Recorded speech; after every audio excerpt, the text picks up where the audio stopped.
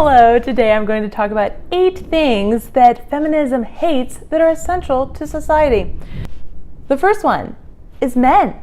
I literally heard a political feminist talk about how all women should, even if they naturally are attracted to men, give up that sexuality and basically go on a male boycott. And wouldn't society be so much better if nobody was with men? News flash. If you want the human race to continue, we need to have men. But besides that, look at everything that men have done. Every bit of technology that they've created. And I'm sorry, I understand feminists are usually socialist and completely crazed and don't appreciate freedom. But I am appreciative of the founding fathers, and thank you, patriarchy, for so much. Thank you for discovering germ theory. Thank you for furthering science in healthcare in many other ways. Thank you for architecture. Thank you for, most of the classical music. Mozart, Bach, come on, people. It is just insane. But anyway, so if we just took away, let's snap our fingers and take away all progress that men have made, that's not going to be a good world to live in. Good luck trying to survive. And I would personally prefer for men to continue to help progress society in the future and not rely all on women who think everybody should get a participation ribbon. That is not how you have excellence. That's not how you have innovation or progress, which is actually one of my other ones, is that they really don't like progress and excellence because it's this strange, they are so busy killing their babies, they can't nurture actual children. So instead they try to protect all of society from competition and hard work. It's ridiculous. Okay, so another one is feminists hate females. And that's another really important part of continuing the human species. Women need to have babies in order for the population to continue and in order for people to have social security. Actually, we just shouldn't have that going on at all, but that's a whole nother topic. Feminists devalue femininity, and they seem to think that the only thing that is important in the world are things that have an economic price tag. So unless you're making money, you're useless to society. I've heard of articles that say stay-at-home moms are a parasite on not just their husband, all of society. Because apparently the other thing that they hate, children. They kill their babies and are proud of it. They say it. I do feel bad for women who got an abortion, were just really scared, felt kind of pressured. I know that this happens, and then there's this huge amount of guilt. So then it's painful if you hear someone reference abortion as killing a baby, but it needs to be said because people have forgotten what it is. Okay, these babies that get aborted, they can kick. So many abortions are that far along, and actually you're not that far along when they can kick.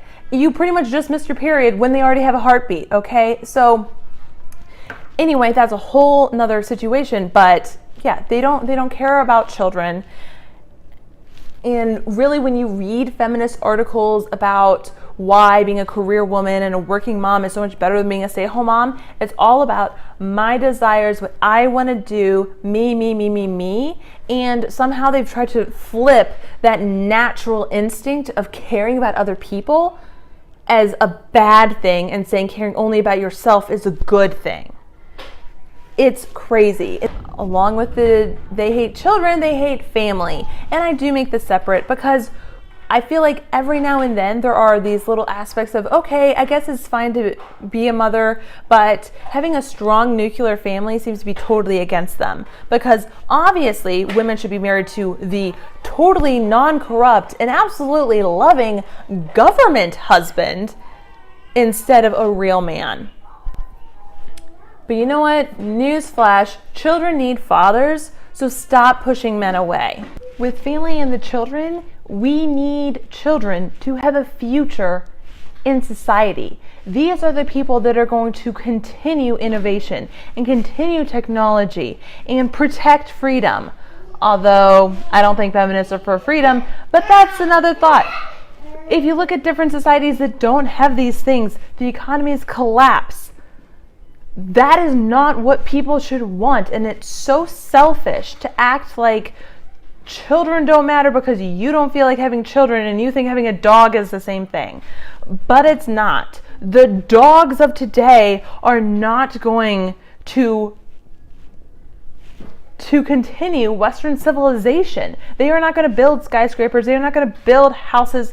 They are not going to create anything. Okay? We need children who are well raised, taken care of, who can think and not freaking have to go to a safe space to handle anything in the world. And this is what happens when motherhood is totally devalued and discouraged. The next one I want to talk about is how feminism is against individualism. And again, this is the kind of thing that drives society. Individuals making their individual choices, figuring out on their own where they are best placed in the world, in the economy, to add value. They receive value back in terms of money. This is capitalism, people. And that is a good thing. But you know what? Feminism isn't into that. They just think that everybody there should be total distribution. Doesn't matter if somebody is good or bad at math. Obviously, there needs to be engineers of every single background in equal proportions to the population. Let's get back to meritocracy. And this is what allows people to be happy as well. This is freedom. This is giving people options. It's the best possible outcome. And so I'm so sick of looking at everybody through this identity politics. And then, of course, it is not even just male-female, but then they just call it whiteness, all these different things that are good things. Honestly, I think they give white people, in a way, too much credit. They give credit to the ideas of individualism, the ideas of what our country was founded on, with freedom and capitalism and due process of law and all of these things, property ownership. But you know what? I'm pretty sure all these libtards don't want somebody to come in their house and just take their stuff, but they're okay with the government taking everybody else's stuff so that they can virtue signal that they're doing a good thing. Okay, so like, what the heck? But basically, so they say all of these things from the patriarchy really all has to do with whiteness, and that's so horrible. It just says the patriarchy is so horrible, and it's reeking of ingratitude and a lack of history understanding. Like, they just don't seem to understand. They think that women are better off under Sharia law than in the United States, and it's just so delusional. But the problem is that people aren't calling it as it is. People are just rolling with it, you know, as if it's true, but it's not. So I am encouraged that I think people are starting to see it and starting to see how crazy it's become. And I think that ultimately people want to be individuals, including people who are not white. And I think that anybody who is not white who's watching this should really think, like, I'm also included with a lot of these things. Like, healthy living doesn't have to be like whiteness. Like, everybody is included in these ideas of freedom of speech and capitalism. Like, everybody can benefit from property ownership. It's not just white people. Okay, so what the heck? Like, why are you trying to first off, say all these things that are good or bad, and then also give all credit to white people and act like it's just like a white thing? So, but then also there's the male-female dimension that is also insane, and it's just so ironic how they're basically trying to make men females and females men, and then they just hate them both. And they also act as if all women think the same. Obviously we don't, and we shouldn't, and that is not even pro-woman. You're just pro your specific ideology that to you is your religion. So with the reason why feminism is so against freedom, which is what allows so much innovation in the world, is, I mean, it basically boils down to the way that they try to play victim with, you know, oh, people are bullying us, or this is sexual assault, you know, when I make a bad choice or whatever, or so be it if somebody says hello beautiful to you in the street. It's not the worst thing in the world. You can get over it. That is not something that the government should get involved with whatsoever. People just want to call it hate speech and have a total authoritarian government. And this one freaks me the heck out, because I see people talking about figures that I've watched their stuff, and then they say, oh, they're white supremacists, they're, hate speech, blah, blah, blah. And it's like, no, they just report that, Islamic presence tends to have a skyrocketing incidence of rape and acid in people's faces. Like, it's an inconvenient truth. And that's an inconvenient truth that's hate speech. But it's okay to perpetuate this idiocy of global warming and that inconvenient truth. This world is just messed up. Okay, so the last one is with feminism, that they reject God. And even if you're not a Christian, I think a lot of secular people are seeing the value in Judeo-Christian values and recognizing that not all of society follows the same ethical standards as the Western world in general has. Don't steal. Socialism, not a good thing. Rape is bad. Murder is bad. Some of these really basic principles are not always completely self-evident. It really is not. So it's helpful if you have a God and you follow these things, then you have the Bible to learn those standards. For somebody who's secular, I guess I'll go with Stefan Molyneux, with you can kind of use philosophy and try to have some kind of moral ethics and some kind of standard, not this postmodernist, whatever I do that feels right has to be right. And what people used to kind of say, as long as it's not hurting anyone. But the thing is that we affect each other. So it is hurting people. And considering we have a welfare state, it really affects people because people don't receive their consequences.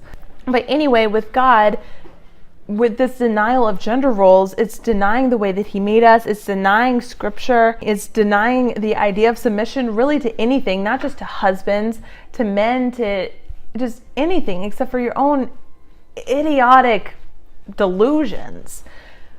And most importantly, it denies life. The baby in the womb is a living being, so it's not okay to kill your babies. This is why we need God, or at least some sense of morality that's not whatever I want to do whenever I want it, because my choice matters more than a baby's life. And without that, society is regressive, it's dangerous, it turns violent. As we're already starting to see, people are so deceived. It's time to speak out, people. So if you want to continue hearing about this kind of stuff, then hit that subscribe button. Hopefully not all my videos will be this depressing. I feel like I need to do a feel-good video after this. But anyway, like this if you like it, share it with your friends, because I really want to get out there and spread these messages and let people know that not all women hate men.